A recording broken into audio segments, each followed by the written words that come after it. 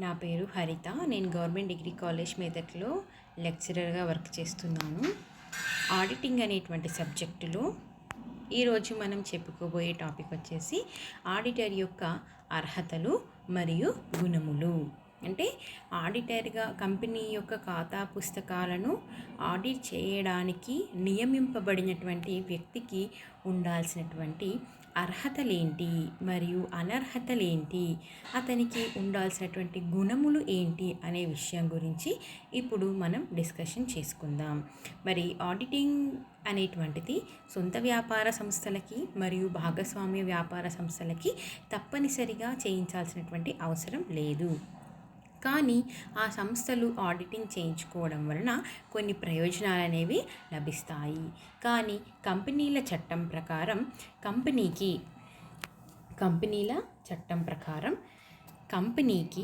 తప్పనిసరిగా ఆడిట్ ఖాతా పుస్తకాలను ఆడిట్ చేయడం అనేటువంటిది తప్పనిసరి. మరి కంపెనీల ఆడిటర్కి ఉండాల్సినటువంటి అర్హతలు మరియు అనర్హతల గురించి ఇప్పుడు మనం తెలుసుకుందాం. కంపెనీల చట్టం ప్రకారం కంపెనీ యొక్క ఖాతా పుస్తకాలను ఆడిటర్ చేత తప్పనిసరిగా ఆడిట్ చేయించుకోవాలి. అయితే ఆ ఖాతా పుస్తకాలను ఆడిట్ చేయించుకోవడానికి అర్హత కలిగినటువంటి ఆడిటర్ని మనం ఎంపిక చేసుకోవాలి. మరి అతనికి ఉండాల్సినటువంటి అర్హతలేంటి? నెంబర్ 1, భారతీయ చార్టెడ్ అకౌంటెంట్స్ సంస్థ యొక్క సభ్యత్వం కలిగి ఉండాలి. భారతీయ చార్టెడ్ అకౌంటెంట్ సంస్థ యొక్క సభ్యత్వాన్ని కలిగి ఉండాలి. మరియు భారత ప్రభుత్వం చేత ఇవ్వబడినటువంటి ఆడిటర్ల యోగ్యతా పత్రము. భారత ప్రభుత్వం చేత ఇవ్వబడినటువంటి ఆడిటర్ల యోగ్యతా పత్రాన్ని కూడా కలిగి ఉండాలి. నెక్స్ట్ 1, కనీసము 5 సంవత్సరాల అనుభవం కలిగిన చార్టెడ్ అకౌంటెంట్ అయి ఉండవలెను. కనీసం 5 సంవత్సరాల అనుభవం కలిగినటువంటి చార్టెడ్ అకౌంటెంట్ అయి ఉండవలెను. ఇవి కంపెనీల చట్టం సెక్షన్ 226(1) మరియు సెక్షన్ 226(2) అనేటువంటి సెక్షన్లో ఈ విధమైనటువంటి అర్హతల గురించి వివరించడం జరిగింది. ఓకే, నెక్స్ట్ మరి కంపెనీల చట్టం ప్రకారం 226(3) మరియు సెక్షన్ 226 సబ్సెక్షన్ 3 మరియు సెక్షన్ 226 సబ్సెక్షన్ 4 ప్రకారం కంపెనీ యొక్క ఆడిటర్లు కొన్ని అనర్హతలను కలిగి ఉండకూడదు. అనర్హతలు అంటే ఉండకూడనటువంటివి. అనర్హతలు ఏంటి మనకి ఇక్కడ ఉండకూడనటువంటివి. మరి ఆ అనర్హతలు ఏంటి? ఉండే అర్హతల గురించి మనం చెప్పుకున్నాం. అంటే కంపల్సరిగా ఆడిటర్గా నియమించబడేటువంటి వ్యక్తికి ఉండాల్సినటువంటి అర్హతల గురించి మనం ఇందాక డిస్కషన్ చేసుకున్నాం. ఏంటవి? 3 అర్హతలు తప్పనిసరిగా అయి ఉండాలి. ఏంటవి? భారతీయ చార్టెడ్ అకౌంటెంట్ సంస్థ యొక్క సభ్యత్వాన్ని కలిగి ఉండాలి, లేదా భారత ప్రభుత్వం చేత ఇవ్వబడినటువంటి ఆడిటర్ల యోగ్యతా పత్రాన్ని కూడా కలిగి ఉండాలి. కనీసం 5 సంవత్సరాల అనుభవం కలిగినటువంటి చార్టెడ్ అకౌంటెంట్ అయి ఉండాలి. ఈ 3 అర్హతలు అనేటువంటివి తప్పనిసరిగా ఆడిటర్కి ఉండాల్సినటువంటి అర్హతలు అనేటివి ఇక్కడ మనకి ఆడిటర్గా నియమింపబడే వ్యక్తికి ఉండాల్సినటువంటి క్వాలిఫికేషన్స్ అన్నమాట. అతనికి ఉండే విద్యాపరమైనటువంటి అర్హత. ఓకే, నెక్స్ట్ మరి సెక్షన్ 226 సబ్సెక్షన్ 3 మరియు 226 సబ్సెక్షన్ 4 ప్రకారం ఆడిటర్కి ఉండకూడనటువంటి అర్హతలు. ఉండకూడనివి అంటే అవి ఉంటే అతను ఆడిటర్గా నియమింపబడడానికి అనర్హుడు అవుతాడనమాట. అవి లేకపోతేనే అతను అర్హుడు అవుతాడు, అవి ఉంటే అనర్హుడు అవుతాడు. సో మరి అలాంటి అనర్హతలు ఏంటంటే, ఆడిటర్గా నియమింపబడే వ్యక్తి అతను ఒక సహజ వ్యక్తి అయి ఉండవచ్చును. ఆడిటర్గా నియమింపబడేటువంటి వ్యక్తి అతను సహజ వ్యక్తి అయి ఉండవలెను. కంపెనీ అంటే సొంత వ్యాపార సంస్థ కానీ, భాగస్వామ్య సంస్థ కానీ, లేదా ఒక కంపెనీ కానీ, లేదా నమోదు చేయబడినటువంటి సంస్థ అయి కానీ ఉండకూడదు. కేవలం ఒక సహజ వ్యక్తి అయి మాత్రమే ఉండవలెను. అతను ఆ కంపెనీలో అధికారి లేదా ఉద్యోగి అయి ఉండరాదు. ఆడిటర్గా నియమింపబడే వ్యక్తి ఆ కంపెనీతో సంబంధం లేనటువంటి వ్యక్తి అయి ఉండాలి. ఆడిటర్గా నియమింపబడే వ్యక్తి ఆ కంపెనీకి, ఏ కంపెనీలో అయితే అతను ఆడిటింగ్ చేపట్టబోతున్నాడో ఆ కంపెనీకి మరియు ఆ ఆడిటర్కి ఎలాంటి సంబంధం అనేటువంటిది ఉండకూడదు. అతను ఆ కంపెనీతో సంబంధం లేని వ్యక్తి అయి ఉండాలి. అంటే అందులో అధికారి కాకూడదు అతను, మరియు ఉద్యోగి కూడా కాకూడదు. నెక్స్ట్ వన్, అతను ఆ కంపెనీ యొక్క ఏ అధికారికి లేదా ఉద్యోగికి భాగస్వామి కానీ లేదా ఆ ఉద్యోగి కానీ కాకూడదు. చూడండి, మరి ఆడిటర్గా నియమింపబడేటువంటి వ్యక్తి ఏ కంపెనీలో అయితే ఆడిటర్గా నియమింపబడుతున్నాడో ఆ కంపెనీకి ఆ కంపెనీ యొక్క అధికారికి లేక ఉద్యోగికి భాగస్వామిగా కానీ లేదా ఉద్యోగిగా కానీ ఉండకూడదు. నెక్స్ట్ వన్, అతను కంపెనీకి 1000 రూపాయలకు మించి రుణపడి ఉండకూడదు. అతను కంపెనీకి 1000 రూపాయలకు మించి రుణపడి ఉండటం కానీ, 1000 రూపాయలకు మించి 1000 రూపాయలకు మించి బాకీ ఉన్న రుణగ్రస్తుడికి పూచీగా కానీ పూచీదారుడుగా కానీ ఉండకూడదు. అతను 1000 రూపాయలకు మించి రుణపడి ఉండకూడదు, మరియు 1000 రూపాయలకు మించి రుణపడి ఉన్నటువంటి వ్యక్తికి పూచీదారునిగా కూడా ఉండకూడదు. మరి ప్రైవేట్ కంపెనీ అయి ఉంటే అతను దాని సభ్యునిగా కానీ లేదా డైరెక్టర్గా అయినా కానీ ఉండకూడదు. పబ్లిక్ కంపెనీలోనే కాకుండా ప్రైవేట్ కంపెనీలు కూడా ఆడిటింగ్ని చేపట్టడం జరుగుతుంది. మరి ఆ ప్రైవేట్ కంపెనీలో కూడా అతను అధికారిగా కానీ లేదా సభ్యునిగా కానీ లేదా డైరెక్టర్గా కానీ ఉండరాదు. ఓకే, ఇతర కంపెనీల విషయంలో అతను ఆ కంపెనీ యొక్క అధీకృత మూలధనంలో కనీసం 5% విలువ కలిగిన వాటాదారుడు కాకూడదు. కంపెనీల విషయంలో అతను ఆ కంపెనీ యొక్క అధీకృత మూలధనంలో కనీసం 5% విలువ కలిగిన వాటాదారుడు కాకూడదు.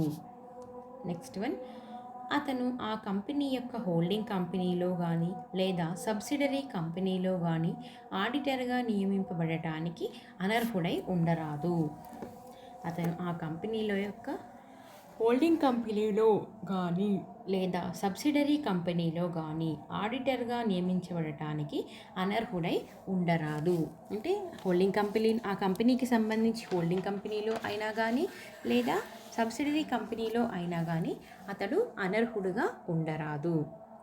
మరి కంపెనీ యొక్క ఖాతా పుస్తకాలను ఆడిట్ చేసేటువంటి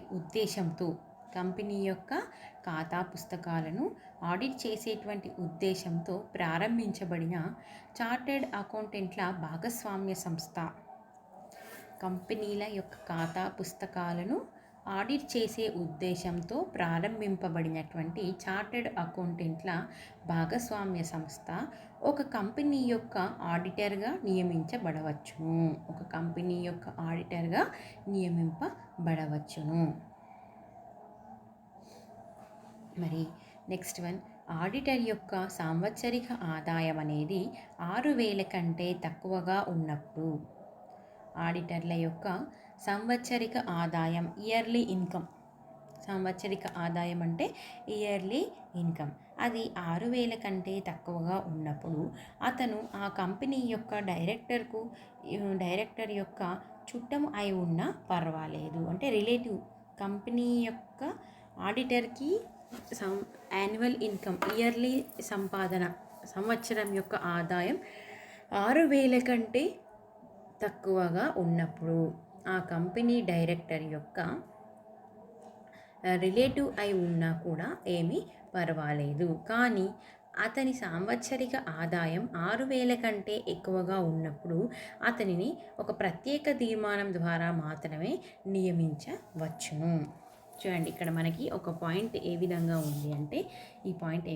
ఉంది అంటే కంపెనీ యొక్క ఆడిటర్గా నియమింపబడే వ్యక్తి యొక్క సాంవత్సరిక ఆదాయం అనేది 6000 కంటే తక్కువగా ఉన్నప్పుడు ఆ ఆడిటర్గా నియమింపబడే వ్యక్తి ఆ కంపెనీలో ఉన్నటువంటి డైరెక్టర్ యొక్క రిలేటివ్ అయి ఉన్నా కూడా పర్వాలేదు. కానీ అతని యొక్క ఆదాయం అనేటువంటిది 6,000 కంటే ఎక్కువగా ఉన్నప్పుడు అతని నియమింపబడటానికి డైరెక్టర్లు ఒక ప్రత్యేక తీర్మానం ద్వారా మాత్రమే అతన్ని నియమించవచ్చును.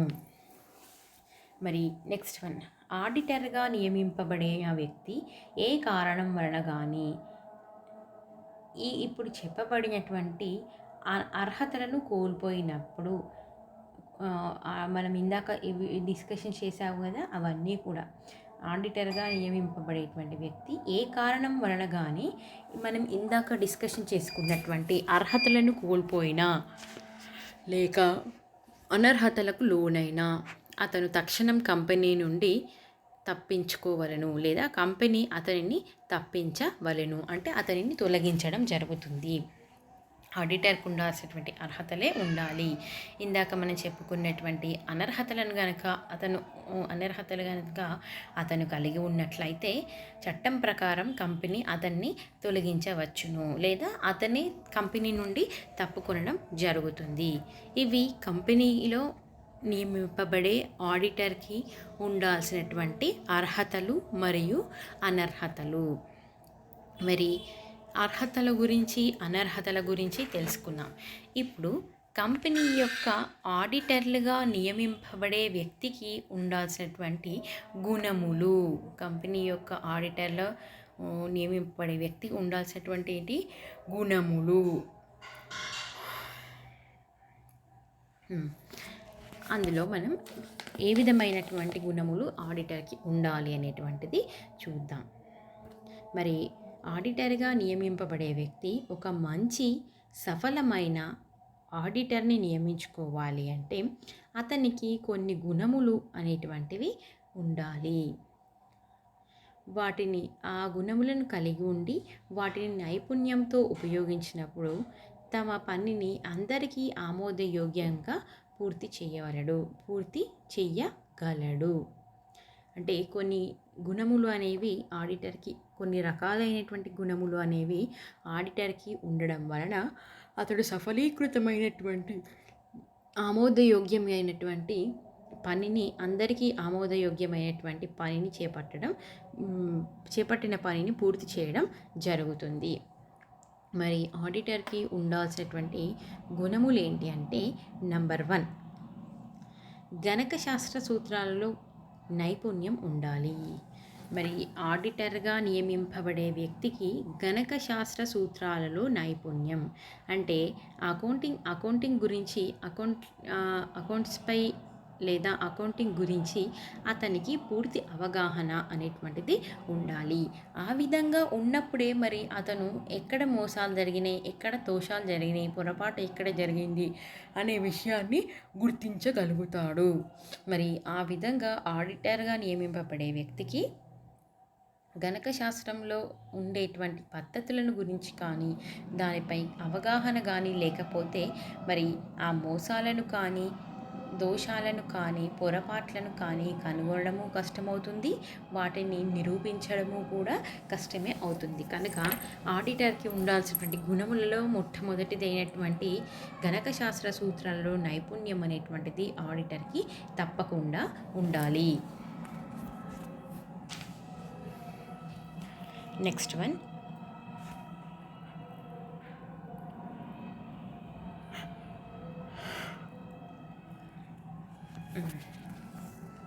వ్యాపార న్యాయశాస్త్రంలో పరిజ్ఞానం కలిగి ఉండాలి. ఆడిటర్ తమ పనిని వ్యాపార న్యాయశాస్త్రంలో అనేక చట్టాల సూత్రాలకు అనుగుణంగా పూర్తి చేయవలసి ఉంటుంది. కంపెనీలో ఆడిటింగ్ చేయడానికి నియమింపబడినటువంటి ఆడిటర్కి వ్యాపార న్యాయశాస్త్రానికి సంబంధించినటువంటి అంశాలను లేదా పరిజ్ఞానాన్ని కలిగి ఉండాలి. ఆడిటర్ తన పనిని వ్యాపార న్యాయశాస్త్రంలో అనేక చట్టాల సూత్రాలకు అనుగుణంగా పూర్తి చేయవలసి ఉంటుంది. వ్యాపార న్యాయశాస్త్రంలో ఉన్నటువంటి అనేక చట్టాల యొక్క సూత్రాలకు అనుగుణంగా పూర్తి చేయాలి. కావున అతనికి భారతీయ కాంట్రాక్ట్ల చట్టం, కంపెనీల చట్టం, భాగస్వామ్య చట్టం, వస్తు విక్రయ చట్టం మొదలైనటువంటి చట్టాల పరిజ్ఞానాన్ని ఆ ఆడిటర్గా నియమింపబడే వ్యక్తి కలిగి ఉండాలి.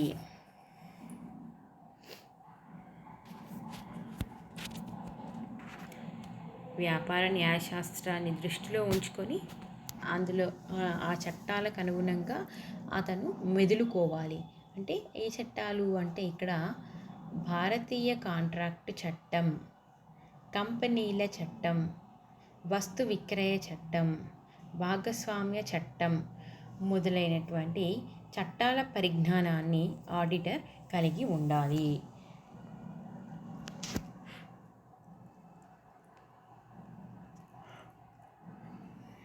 నెక్స్ట్ వన్, వివిధ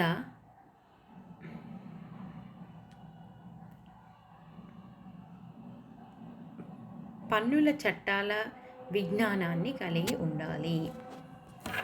వివిధ పన్నుల చట్టాల విజ్ఞానాన్ని కలిగి ఉండాలి. ఆడిటర్కి ఆదాయ పన్ను, ఆస్తి పన్ను, అమ్మకం పన్ను మొదలగు పన్ను చట్టాల గురించి, వాటి సూత్రాలను అమలు చేసే విధానాల గురించి పరిజ్ఞానం అనేటువంటిది అవసరం. ఏమంటున్నాం? వివిధ పన్నుల చట్టాల విజ్ఞానాన్ని కలిగి ఉండడం. ఆడిటర్కు ఆదాయ పన్ను, ఆస్తి పన్ను, అమ్మకం పన్ను మొదలైన పన్నుల చట్టాల గురించి మరియు వాటి సూత్రాలను గురించి, విధానాలను గురించి జ్ఞానము అనేటువంటిది ఉండవలెను.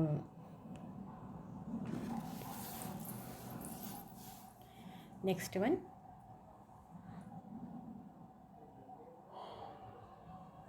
ఆడిటింగ్ శాస్త్ర పరిజ్ఞానాన్ని కలిగి ఉండాలి. ఆడిటింగ్ అనేటువంటిది శాస్త్ర పరిజ్ఞానం. ఆడిటర్గా నియమింపబడేటువంటి వ్యక్తికి, ఆడిటర్కి ఆడిటింగ్ యొక్క ఉద్దేశాలు, సూత్రాలు, పద్ధతులు, పరిమితులు మొదలైన వాటి గురించి క్షుణ్ణంగా తెలిసి ఉండాలి. ఆడిటింగ్గా నియమింపబడేటువంటి వ్యక్తికి ఆడిటింగ్ యొక్క ఉద్దేశాలు, సూత్రాలు, పద్ధతులు, పరిమితులు మరియు ఇంకా మొదలైన వాటన్నింటి గురించి క్షుణ్ణంగా తెలిసి ఉండాలి. ఆడిట్ ప్రోగ్రాంలు, ఆడిట్ నోట్బుక్లు, ఆడిట్ వర్క్ పేపర్లు, ఆడిట్ రిపోర్టులు తయారు చేసే నేర్పును కూడా అతనికి కలిగి ఉండాలి. ఏమేమి తయారు చేస్తున్నట్ట? Audit report, audit notebook, audit papers, audit నివేదిక మొదలైనటువంటి వాటన్నింటి గురించి కూడా ఆడిటర్కి తెలిసి ఉండాలి. నెక్స్ట్ వన్, ఆడిటర్ నిజాయితీ మరియు స్వతంత్ర దృక్పథాన్ని కలిగి ఉండవలెను. ఆడిటర్గా నియమింపబడే వ్యక్తికి నిజాయితీ అనేటువంటిది ఉండాలి. మొదట ఉండాలి నిజాయితీ, తర్వాత స్వతంత్ర దృక్పథం అనేది కూడా కలిగి ఉండాలి.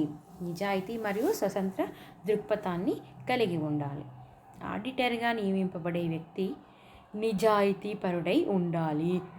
అంటే ఆడిటింగ్ని చేపట్టడానికి ముఖ్యమైనటువంటి కారణం ఏంటి అంటే, ప్రజలలో కంపెనీపై నమ్మకం కుదరడానికి, రుణదాతలకి నమ్మకం కుదిరి రుణాలను అందించడానికి, ఇలాంటి కొన్ని ప్రయోజనాల వలన ఆడిటింగ్ని చేపట్టడం జరుగుతుంది.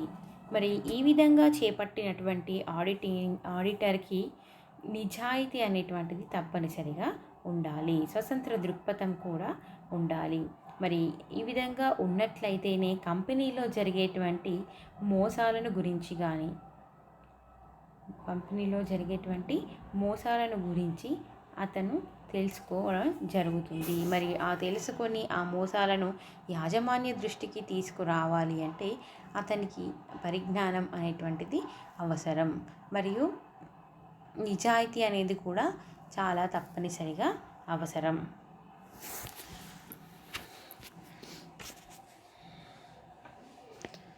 నెక్స్ట్ వన్,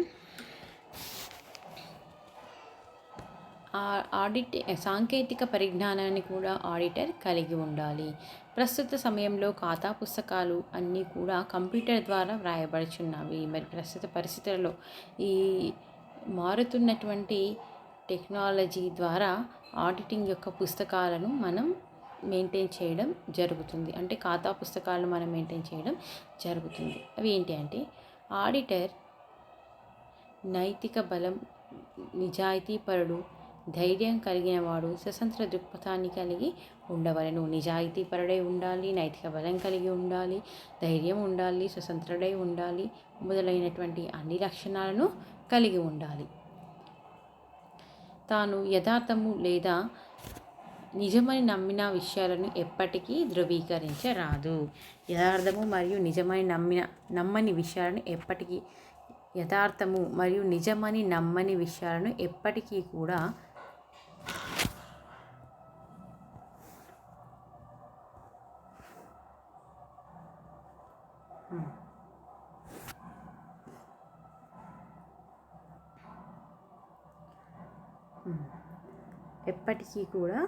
కలిగి ఉండాలి. సాంకేతిక పరిజ్ఞానాన్ని కలిగి ఉండాలి. ప్రస్తుత సమయంలో ఖాతా పుస్తకాలన్నీ కూడా కంప్యూటర్ ద్వారా వ్రాయబడుచున్నాయి కావున వాటిని ఆడిట్ చేయడానికి ఆడిటర్కి కావలసినటువంటి కంప్యూటర్ పరిజ్ఞానం మరియు సాంకేతిక పరిజ్ఞానాన్ని కూడా కలిగి ఉండాలి.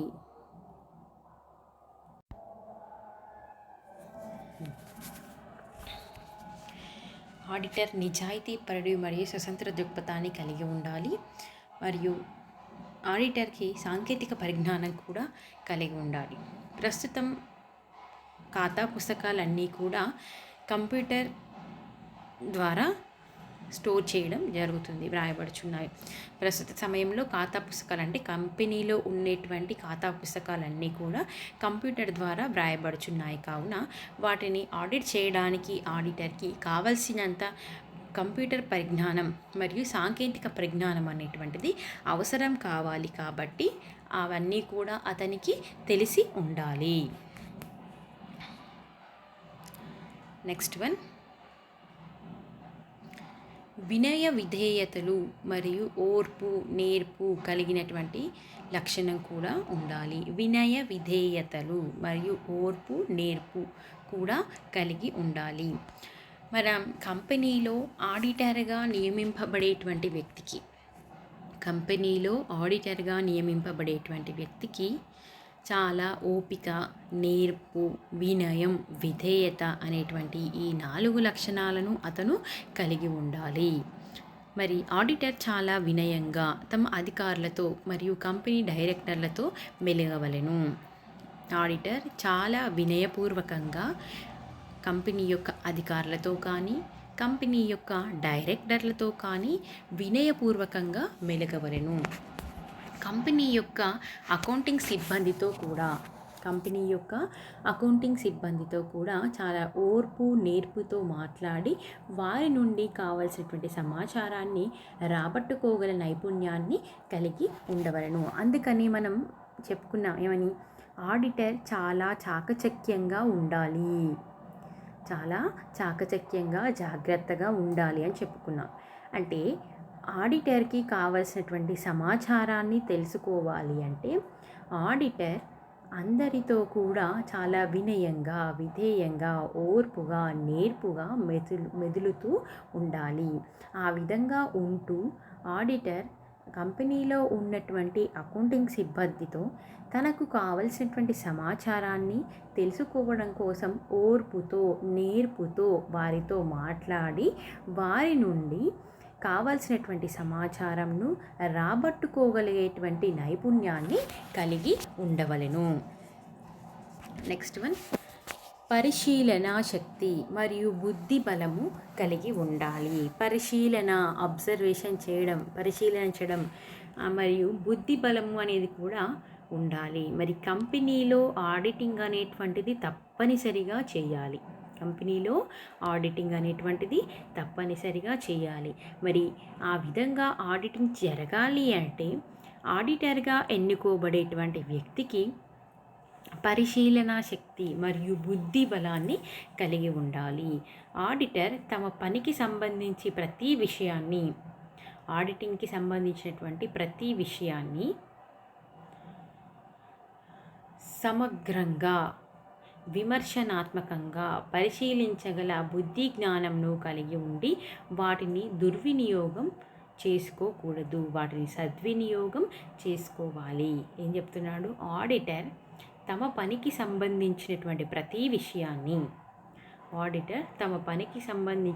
ప్రతి విషయాన్ని సమగ్రంగా విమర్శనాత్మకంగా పరిశీలించగలిగేటువంటి బుద్ధి జ్ఞానాన్ని కలిగి ఉండాలి. సమగ్రంగా అంటే పూర్తి సమాచారాన్ని,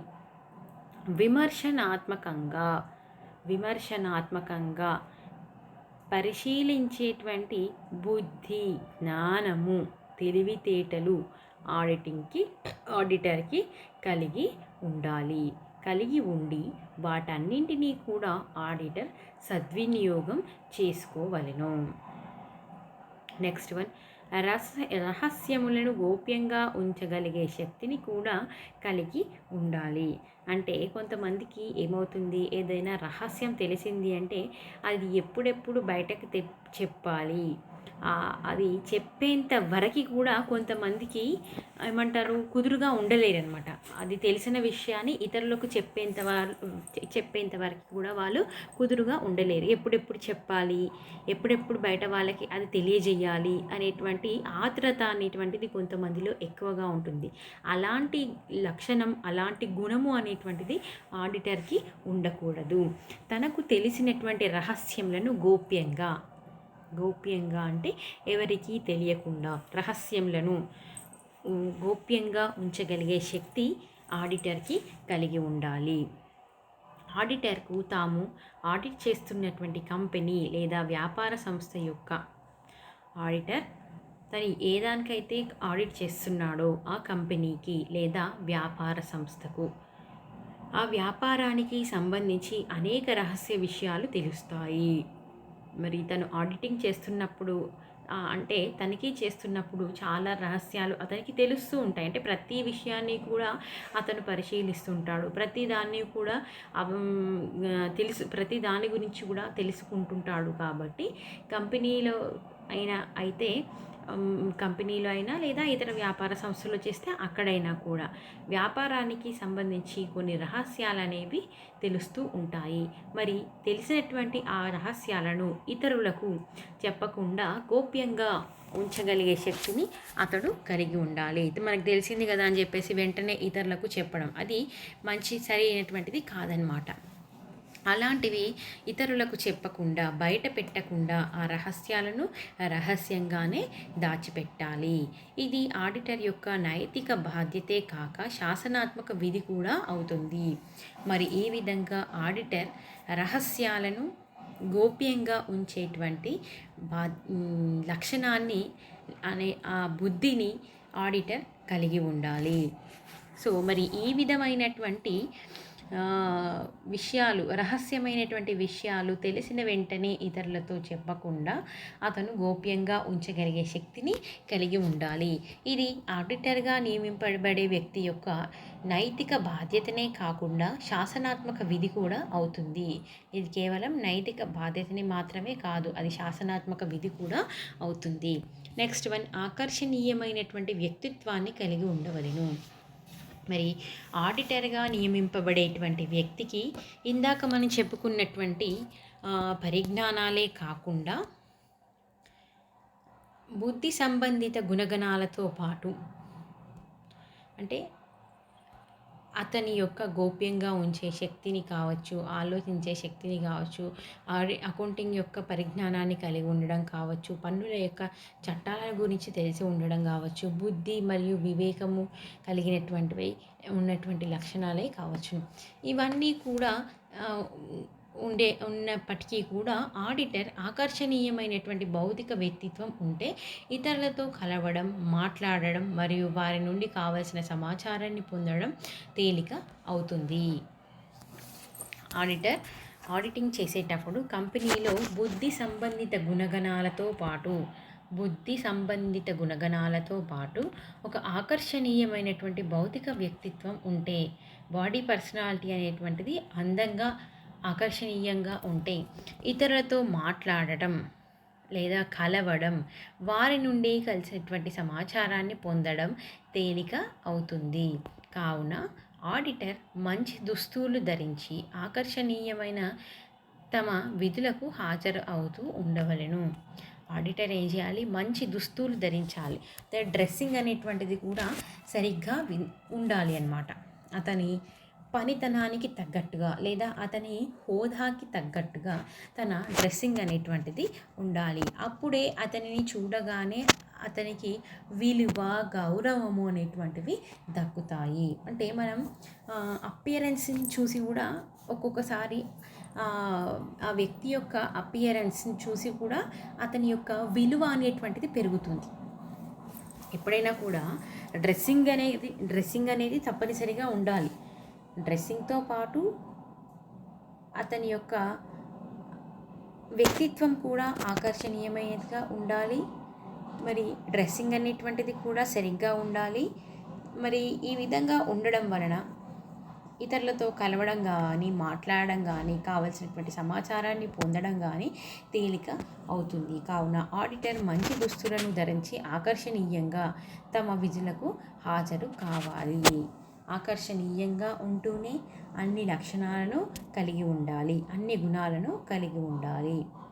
ఏంటవి? గణక శాస్త్ర నైపుణ్యాలలో గణక శాస్త్రాలలో నైపుణ్యాన్ని కలిగి ఉండటం. మరి ఆడిటర్కి అన్ని ఖాతా పుస్తకాలకు సంబంధించినటువంటి సమాచారం తెలిసి ఉండాలి. అంటే అన్ని రకాలైనటువంటి సమాచారం తెలిస్తేనే అతను ఆడిట్ చేయడం అనేటువంటిది సులభమవుతుంది. సో అందుకని గణక శాస్త్రంలో నైపుణ్యం కలిగి ఉండాలి. వ్యాపార న్యాయశాస్త్రాల్లో పరిజ్ఞానాన్ని కూడా కలిగి ఉండాలి. అంటే భారతీయ కాంట్రాక్ట్ చట్టం గురించి కూడా తెలిసి ఉండాలి. వివిధ పన్నుల చట్టాల పరిజ్ఞానాన్ని కూడా కలిసి ఉండాలి. అమ్మకం పన్ను ఇలాంటివి, ఇవన్నీ పన్నుల గురించి కూడా అతనికి తెలిసి ఉండాలి. నెక్స్ట్ వన్, ఆడిటింగ్ శాస్త్ర పరిజ్ఞానాన్ని కలిగి ఉండాలి.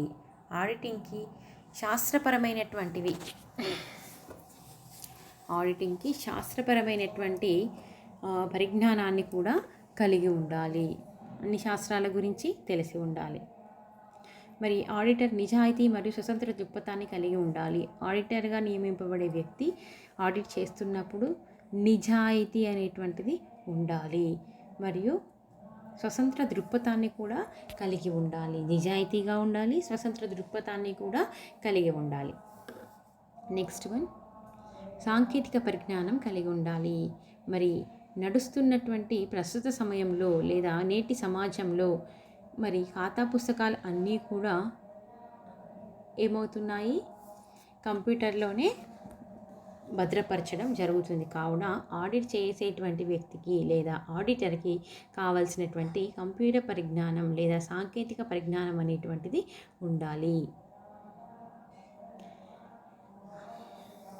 నెక్స్ట్ వన్, వినయ విధేయతలు మరియు ఓర్పు, నేర్పు కలిగి ఉండాలి. కంపెనీ యొక్క ఆడిటర్గా నియమింపబడే వ్యక్తికి డైరెక్టర్లతో కానీ ఇతర అధికారులతో కానీ మాట్లాడేటప్పుడు మరియు ఓర్పు, నేర్పు అనేటువంటిది కలిగి మాట్లాడాలి. మరియు ఉద్యోగుల నుండి కావలసినటువంటి సమాచారాన్ని రాబట్టుకోగలిగేటువంటి నైపుణ్యాన్ని కూడా కలిగి ఉండాలి. నెక్స్ట్, పరిశీలనా శక్తి మరియు బుద్ధి బలము కూడా ఉండవలెను. పరిశీలనా శక్తి మరియు బుద్ధి బలాన్ని కూడా కలిగి ఉండవలెను. ఆడిటర్ తమ పనికి సంబంధించి ప్రతి విషయాన్ని సమగ్రంగా, విమర్శనాత్మకంగా పరిశీలించేటువంటి బుద్ధి జ్ఞానాన్ని కలిగి ఉండి వాటిని సద్వినియోగం చేసుకోవాలి. నెక్స్ట్ వన్, రహస్యములను గోప్యంగా ఉంచగల శక్తి. మరి ఇంతకుముందే చెప్పాను, కొంతమందికి ఏవైనా రహస్యాలు తెలిసినట్లయితే వాటిని బయట పెట్టకుండా వాళ్ళు ఉండలేరు. వాళ్ళకి ఆతృతగా ఉంటుంది, ఎప్పుడెప్పుడు చెప్దామా, ఎప్పుడెప్పుడు చేద్దామా అని. సో అలాంటి వ్యక్తులు అంటే దాన్ని చూడగానే బయట వ్యక్తులకు తెలియజేయాలి అనేటువంటి ఉద్దేశాన్ని కలిగి ఉన్నటువంటి వ్యక్తులు. మరి ఆడిటర్గా నియమింపబడే వ్యక్తికి వ్యాపారానికి తనిఖీ చేయడానికి నియమిస్తున్నాం. తనిఖీని ఆడిటింగ్ అంటాం. మరి ఈ తనిఖీ చేయడానికి నియమించబడినటువంటి ఆడిటర్కి సంస్థలో ఉన్నటువంటి కొన్ని రహస్య విషయాలు అనేవి తెలిసి ఉంటాయి. కావున మనం వాటిని గోప్యంగానే ఉంచాలి. నెక్స్ట్ వన్, ఆకర్షణీయ వ్యక్తిత్వం కలిగి ఉండాలి. మరి ఆడిటర్గా నియమింపబడే వ్యక్తికి భౌతిక ఆకృతి అనేటువంటిది సక్రమమైనదిగా ఉండాలి. ఆకర్షణీయమైనటువంటి భౌతిక పరమైనటువంటి వ్యక్తిత్వాన్ని కలిగి ఉండాలి. అంటే చూడగానే అట్రాక్టివ్గా, పర్సనాలిటీ అనేటువంటిది అట్రాక్టివ్గా, మాటలు అనేవి చాలా వినయంతో, విధేయతతో, ఓర్పుతో, నేర్పుతో, అధికారులతో కానీ డైరెక్టర్లతో కానీ కలిసిపోయే విధంగా ఉండాలి. ఆ విధంగా ఉన్నప్పుడు మాత్రమే తను ఆడిట్ చేస్తున్నప్పుడు తనకి కావాల్సినటువంటి సమాచారాన్ని కంపెనీలో అధికారులు కానీ డైరెక్టర్లు కానీ ఇతర ఉద్యోగులు కానీ అతనికి కావాల్సిన సమాచారాన్ని ఈజీగా అతనికి అందించడం జరుగుతుంది. భౌతికపరమైనటువంటి ఆకర్షణ మరియు వ్యక్తిత్వాన్ని కూడా కలిగి ఉండాలి. ఈ పైన మనం చెప్పుకున్నటువంటి గుణాలనే కాకుండా అనేక బుద్ధి సంబంధిత గుణాలతో పాటు ఆకర్షణీయమైన భౌతిక వ్యక్తిత్వం ఉంటే ఇతరులతో మాట్లాడడం, వారి నుండి కావాల్సినటువంటి సమాచారాన్ని పొందడం తేలిక అనేటువంటిది అవుతుంది. ఆడిటర్ మంచి దుస్తులు ధరించి ఆకర్షణీయంగా తమ విధులకు హాజరు అవుతూ ఉండవలెను. ఇవి ఆడిటింగ్లో ఉన్నటువంటి ఆడిటర్ యొక్క గుణములు. నెక్స్ట్ వన్, ఆడిట్ చేయు కంపెనీలపై పరిమితి. కంపెనీల చట్టంలోని సెక్షన్ 224 సబ్సెక్షన్ బిలో ఒక ఆడిటర్ ఒకటే ఆడిట్ చేయపై కంపెనీలపై పరిమితి అన్నాం. మరి ఈ సెక్షన్ ప్రకారం ఒక ఆడిట్ చేసేటప్పుడు ఎన్ని కంపెనీల్లో ఆడిటర్గా నియమించుకోవచ్చు అనేటువంటి సూత్రాలు ఉన్నాయి. అంటే ఒక ఆడిటర్ ఎన్ని కంపెనీలకు ఆడిట్ చేయొచ్చు అనేటువంటిది. నంబర్ 1, 25 లక్షల మించని చెల్లింపులు మూలధనం గల 20 కంపెనీలలో ఆడిటర్గా నియమించబడవచ్చును. 25 లక్షలకు మించని చెల్లింపుల మూలధనం గల 20 కంపెనీలలో ఆడిటర్గా నియమింపబడవచ్చును. లేదా 25 లక్షల కంటే మించిన చెల్లించిన మూలధనం గల 2 కంపెనీలు, 25 లక్షల కంటే మించిన లేదా మరియు చెల్లించిన మూలధనం గల 2 కంపెనీలు మరియు 25 లక్షల కంటే తక్కువ మూలధనం గల 10 కంపెనీలలో వినియోగించవచ్చును. ఇవి ఆడిటర్ల సంస్థ విషయంలో అందుబాటులోని ఆడిటర్ల సంఖ్యను బట్టి ఇవన్నీ కూడా మనం పాటించవలెను. కేంద్ర ప్రభుత్వం ఏర్పాటైనటువంటి ఆడిటర్ చేయగలిగినటువంటి కంపెనీ సంఖ్యను మార్చవచ్చును. సో ఇవన్నీ కూడా కంపెనీలో ఆడిటర్గా ఆడిట్ చేపట్టేటువంటి వ్యక్తికి ఉండాల్సినటువంటి అర్హతలు మరియు అనర్హతలు, అతనికి ఏ విధమైనటువంటి గుణములు ఉండాలి అనేటువంటి విషయాలన్నింటి గురించి కూడా, మరియు ఆడిట్ చేయబోయేటువంటి వ్యక్తి ఆడిట్ చేయు కంపెనీలపై పరిమితిని కలిగి ఉండాలి అనేటువంటి విషయాలన్నింటినీ కూడా మనం ఈ క్లాస్లో డిస్కషన్ చేయడం జరిగింది. ఏం చెప్పుకున్నాం ఈరోజు? ఆడిటర్ యొక్క అర్హతలు మరియు అర్హతలు మరియు గుణములు, మరియు ఆడిటర్ యొక్క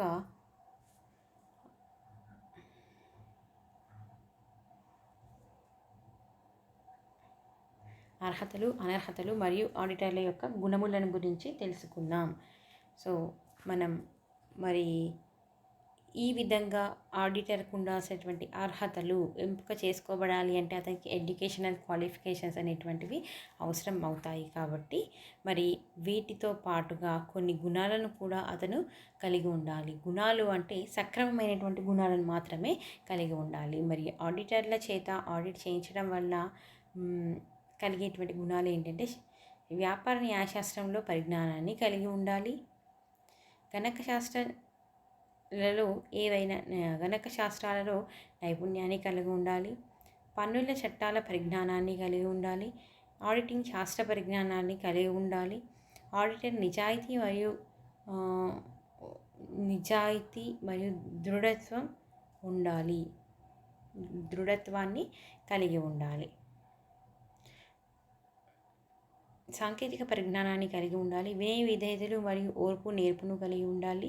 పరిశీలన శక్తి మరియు బుద్ధి బలాన్ని కలిగి ఉండాలి. రహస్యములను గోప్యంగా ఉంచగలిగేటువంటి శక్తిని కలిగి ఉండాలి.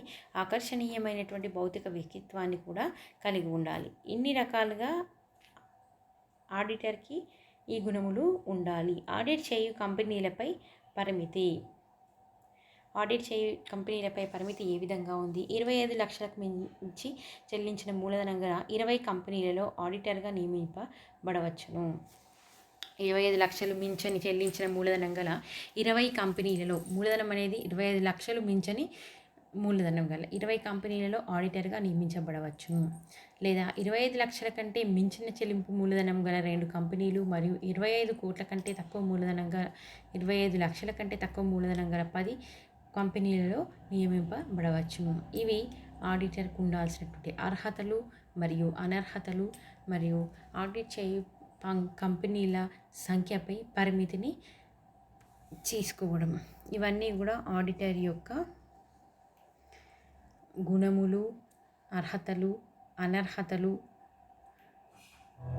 పరిమితి, ఇవన్నీ కూడా ఈరోజు మనం ఈ క్లాస్లో నేర్చుకోవడం జరిగింది. మరి నెక్స్ట్ క్లాస్లో మరొక కొత్త టాపిక్తో మళ్ళీ కలుద్దాం. అంతవరకు సెలవు.